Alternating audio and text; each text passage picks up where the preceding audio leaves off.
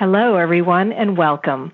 I'm very pleased to have Laura Fonseca as my guest today.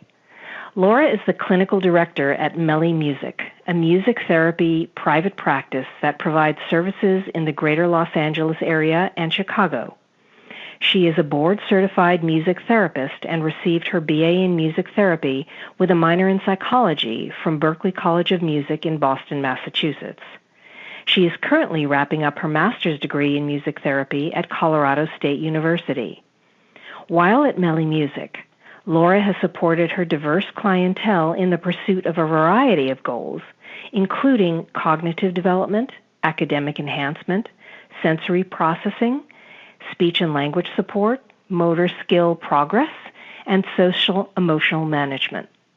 She has provided services in schools, hospitals, day centers, clinics, and in-home. As a research-minded clinician, Laura uses current music therapy research to inform her practice. She views music not only as a force that unites, but also as a catalyst for change.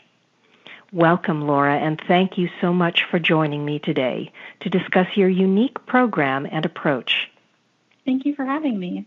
So to begin, tell me, what is music therapy? Oh, great question.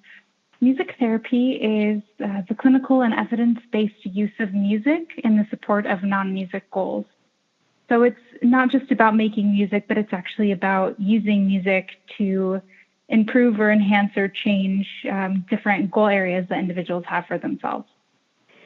So you are a designated MTBC, which is a designation for a music therapist.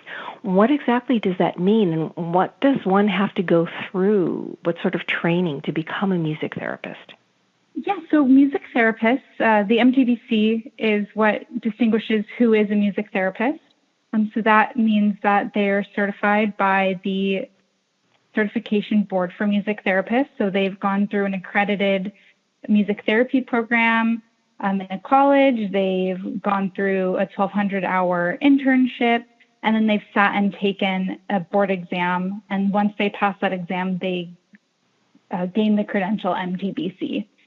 So it's not just that we have learned music skills, but we've also learned some skills in psychology, some skills in understanding different populations. So we're both proficient in understanding how to use music and how to work with a diverse range of people. All right, so moving forward from that, let's talk a little bit about the different benefits of music therapy. What sort of goals are addressed in music therapy, and who can benefit by this approach? Absolutely. This is one of my favorite aspects of being a music therapist, is that anyone can benefit from music therapy, whether it's a typically abled individual or someone who has a cognitive delay or social delays, or may think of themselves as more atypical. Anyone can benefit from music.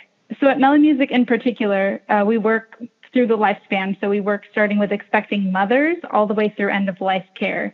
And since music is so open and accessible to all people, it really opens up a way for music therapy to be open and accessible to everyone.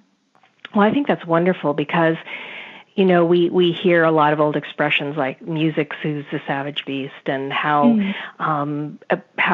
exposing children to music in the womb can affect their development, and then young children, exposing them to music, how it can enhance the growth of the brain in various ways and just have so many beneficial effects. But what if the participant is not particularly musically inclined? Well, what if they're tone deaf? You know, how much involvement do they have? And can someone who doesn't really have music in their repertoire, can they benefit from something like this? They 100% can benefit from music and music therapy. One of my favorite, and a little bit of a cliche saying, but it's a favorite phrase among music therapists, is when words fail, music speaks. And it's just this idea that music is there for so many different parts of life, from, again, with, like you were saying, with children in the womb, through early childhood development, education. I mean, you look at a preschool classroom and there's music going on constantly in that, because there's been so much good evidence to show how music can help you remember something and then can help you learn about the world around you. Like even the wheels on the bus, as silly as it sounds, is all about the physics of how a bus moves through the world and what you might find on a bus. So there are all these great things about using music to learn new things. And so because it's so open and flexible, anyone can engage in it, and it doesn't matter your level or skill in music. So you can have no experience at all with music and still be a great person who can benefit from music therapy, a great candidate for music therapy. So without naming names, can you share with me perhaps a favorite success story that you have in terms of the use of music therapy and the advantages that it gave to one of your clients? Yes, a few individuals come to mind. I think of a young individual in an early intervention program who is non-ambulatory, so she doesn't move very much, and she was very disconnected from the world around her due to kind of her stationary position, and using music. I sort of started to use music first to help her localize different sounds and where I was in the room.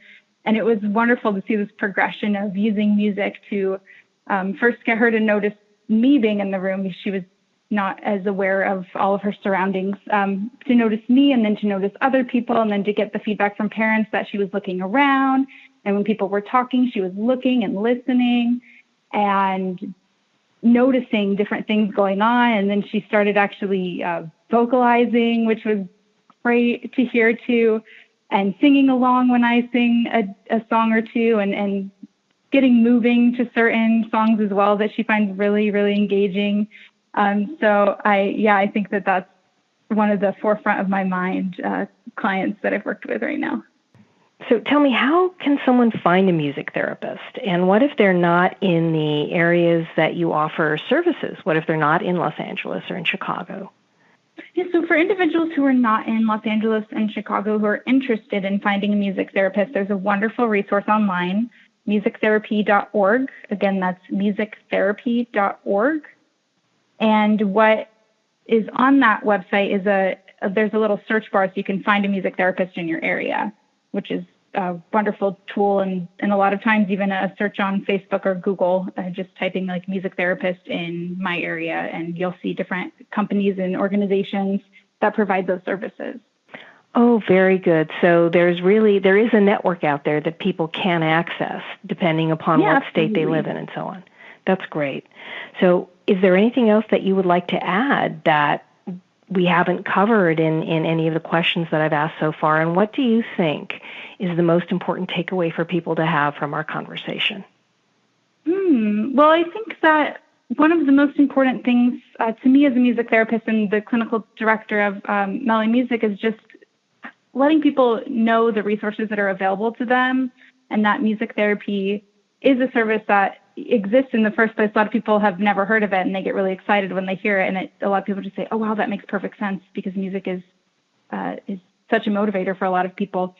But I think it's just awareness that music therapy exists, and that you don't have to be particularly musical to benefit from the services, and that we're working on things like cognitive goals, academic goals, social skills, motor skills, communication, emotional skills, and overall wellness. And it's a very holistic service. So I just would encourage people to look into it and see how it can benefit them and individuals in their family or their friends or anyone that they think, hey, music might be something fun and interesting to try that can also then support these other non-music skills. Okay, well, then how can our listeners reach you if they have questions or they want to know more?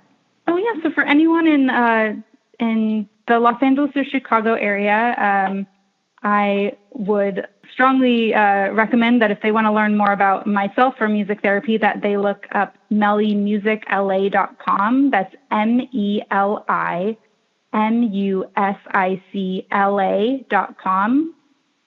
Or that they email us at info@melimusicla.com. Again, that's info@ MELIMUSICLA.com. And they can find information about the services we provide in Los Angeles and Chicago, as well as just general inquiries about what is music therapy, what can it do for me, and how can I find someone in my area if musictherapy.org cannot provide that information, but I'm sure it can. Okay, well, that's great. Well, thank you so much, Laura, for your time today and the terrific information that you've shared. Yeah, thank you so much for having me. I also want to thank our listeners for spending a part of their day with us. I'm Gilda Evans, reminding you to take care of yourself and that special person in your life.